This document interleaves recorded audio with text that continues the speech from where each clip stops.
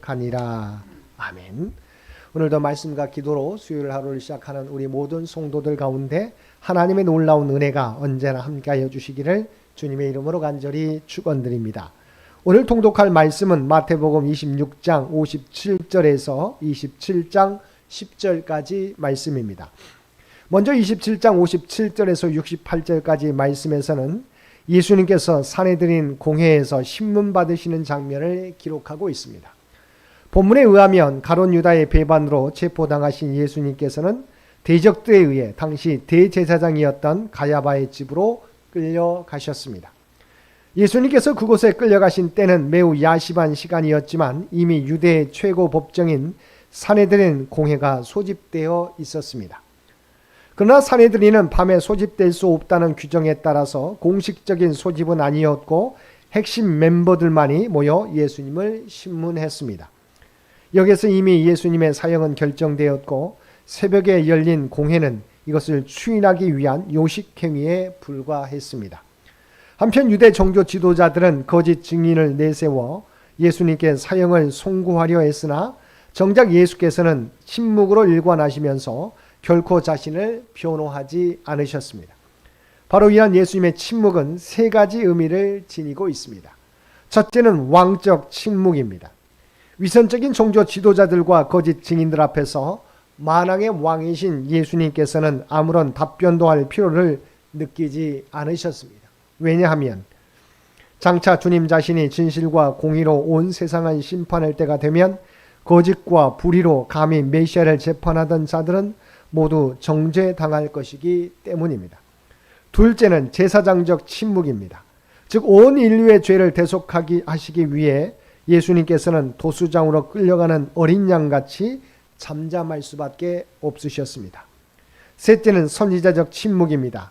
즉 눈이 있어도 보지 못하고 귀가 있어도 듣지 못하는 자들에게 예수님께서는 더 이상 진리를 이야기할 가치조차 느끼지 못하셨던 것입니다.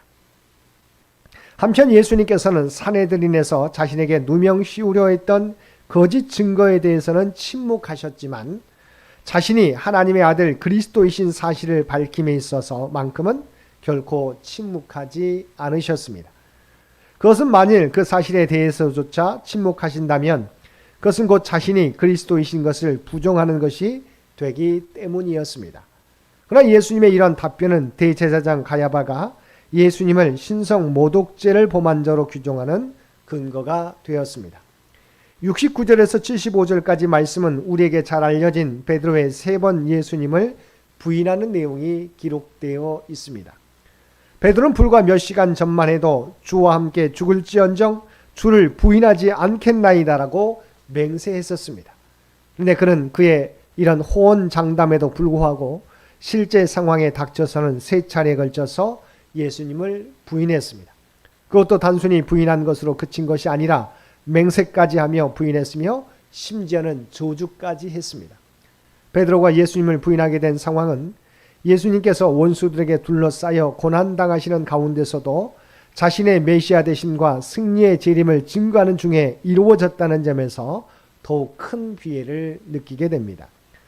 그러나 베드로는 닭이 우는 소리를 듣자 자신에게 예수님을 부인할 것이라고 예언하신 예수님의 말씀이 생각나 밖으로 뛰어나가 심히 통곡했는데 결국 예수님께서 베드로의 부인과 닭의 울음소리를 미리 연관지어서 말씀하신 것은 그로 하여금 비록 범죄한 후에라도 즉시 회개에 이르도록 만드시기 위한 의도였다고 할 수 있습니다. 27장 1절에서 10절까지 말씀에서는 사내들인이 예수 그리스도를 유대 로마 총독 빌라도에게 송치한 사실과 가룟 유다의 자살 사건을 보도하고 있습니다. 사내들인이 예수님을 유대 로마 총독 빌라도에게 송치한 것은 금요일 아침으로 사내들인이 예수님을 처형하기로 의결한 직후였습니다. 그리고 이처럼 사내들인이 예수님을 처형하기로 의결만 하고 빌라도에게 송치한 것은 당시 로마의 식민 통치를 받고 있던 유대의 최고 의결기관인 사내들인에는 사형 집행권이 없었기 때문입니다. 하여튼 예수님이 빌라도에게 송치됨으로써 예수님의 처형에는 타락한 구약 선민인 유대 종교 지도자들과 당시 세계 제패자였던 로마 정부가 동참하게 되었습니다. 이는 사탄이 그야말로 모든 수단을 동원하여 예수님을 죽이도록 획책했음을 보여줍니다. 한편 가룟 유다의 자살 사건은 사복음서에서 본문에만 등장합니다. 즉 본문의 1절과 2절의 내용은 11절과 연결됩니다. 근데 마태가 이처럼 가룟 유다의 자살 사건을 굳이 여기에 기록한 것은 한 가지 중요한 목적 때문이었습니다.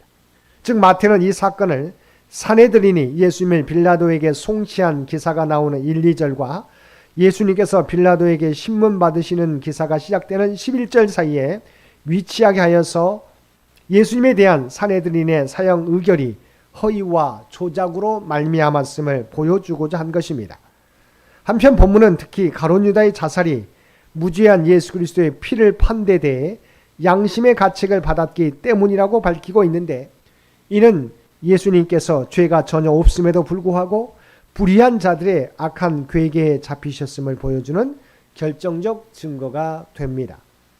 또한 탐욕과 오만으로 예수님을 배반했던 가룟 유다가 자살이라는 비극적인 방법으로 최후를 맞이한 사실은 유일한 구세주 예수 그리스도를 부인한 자는 마침내 자신의 양심과 하나님의 심판으로 영원히 저주받을 수밖에 없음을 예표해 줍니다. 그러한 가룟 유다는 이름과 그 삶을 통해 우리 성도들에게 배신자와 저주받은 자의 대명사로 기억되고 있습니다. 그러나 가룟 유다와 우리 성도의 삶의 차이는 백지 한 장 차이라는 것입니다. 세상에 대한 탐심과 자신의 뜻을 내려놓지 못하고 또한 자신의 죄를 속히 회개하지 않으면 누구나 가룟 유다가 간 길을 걸어갈 수밖에 없다는 사실을 우리는 명심하고 우리 자신을 주님의 십자가 앞에 내려놓아야 할 것입니다. 그리고 우리가 잘못하여 죄를 범했다면 회개하면 용서해 주시는 하나님께 돌아와 자신의 죄를 고백하고 회개해야 할 것입니다. 오늘 또 우리 안에 주님보다 내 뜻을 앞세우는 교만의 모습은 없는지, 주님보다 세상을 더욱 사랑하는 탐심은 없는지 자신을 돌아보고 주님 앞에 나를 내려놓고 탐심을 내려놓고 주님의 뜻에 순종하며 살아가는 우리 모든 성도들 되시기를 주님의 이름으로 간절히 축원드립니다. 함께 기도드리겠습니다.